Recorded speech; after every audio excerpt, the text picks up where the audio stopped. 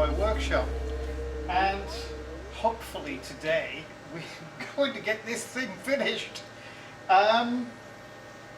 Obviously the last video I put up was making this tool chuck holder, and I've test run it, everything's balanced alright, and because I mean this thing's operating at up to 24,000 RPM, so it needs to be pretty well balanced. And look, everything's ready to go, so we'll just get on with it, and hopefully we don't break anything.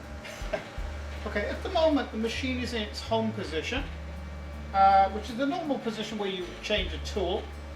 But this is the magic little trick that does that I could never get NC Studio to do, and that is automatically go to the zero position of the material, and it's just a click of a button like this.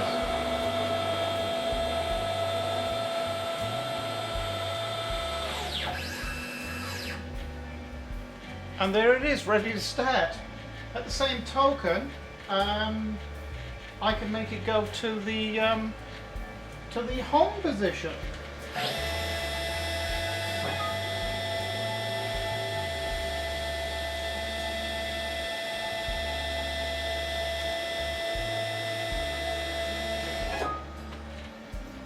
Automatically. So I can just now go and change a tool and know that I can take it back to the zero start position of the job, all automatically. All I need now is an automatic tool changer. You'll see I've got a proper tool in it now. This is an actual extended router bit of 12.7 millimeter, which is half an inch.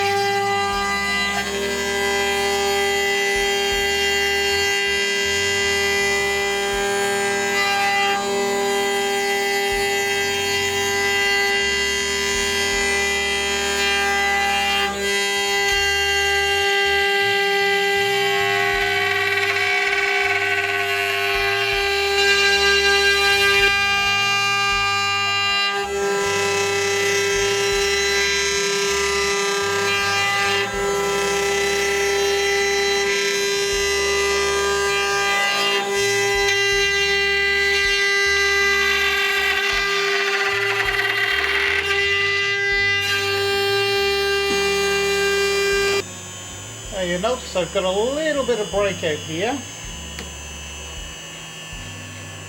I was hoping to keep that in there, but no, it's not going to happen, so I may as well take it out.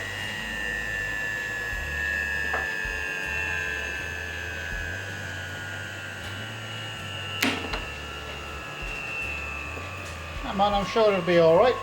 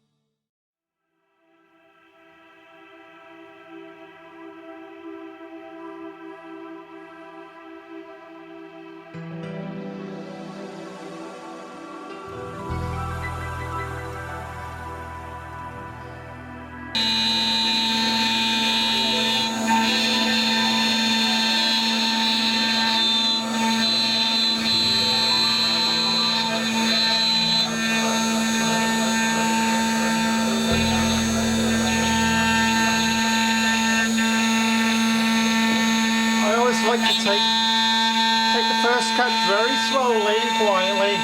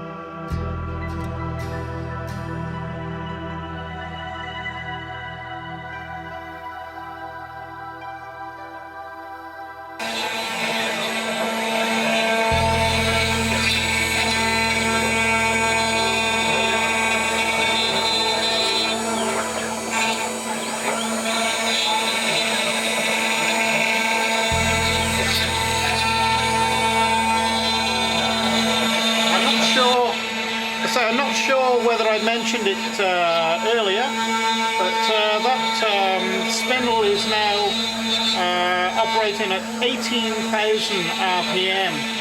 I was initially a little bit concerned whether I'd have to grind some of the machine off some of the tool that we made to compensate for the maybe off balance a little bit, but it's working absolutely perfectly, so I'm happy.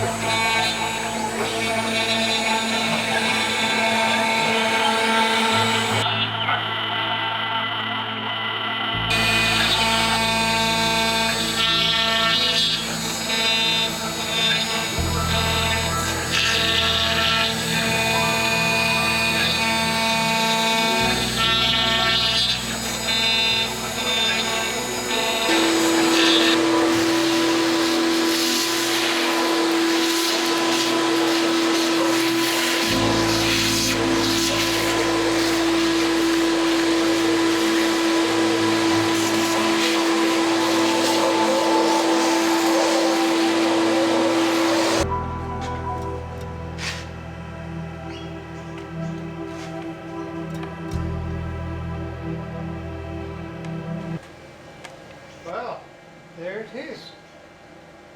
So far anyway. And it's a very pleasing piece of art, we'll call it. Apart from this breaking edge here, but that can be repaired. I've actually kept these pieces, and I'll finish them off by hand and I'll glue them back in. But what I want to do now is I want to keep this rough sawn, and I don't want to do anything at all to the back. I want to keep it as it is, and I'll put it on a bit of a stand. I got a piece of wood in mind for that. I'll just go and get it and show you. I've got some of these blanks. I've had them hanging around for quite a while. Unfortunately, it's dried out and it's split there. But I think for this, it's not going to hurt that much. So what I intend to do is pick the flattest side, which I think is actually there. And I don't even know if I'm going to surface it. I might keep it rough end grain like that, you know. And I might make that on there like that.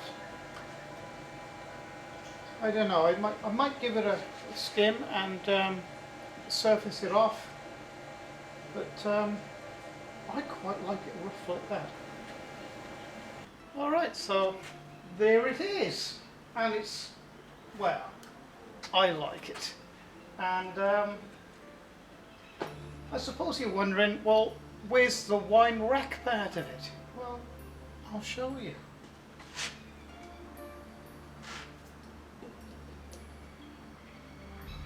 There it is.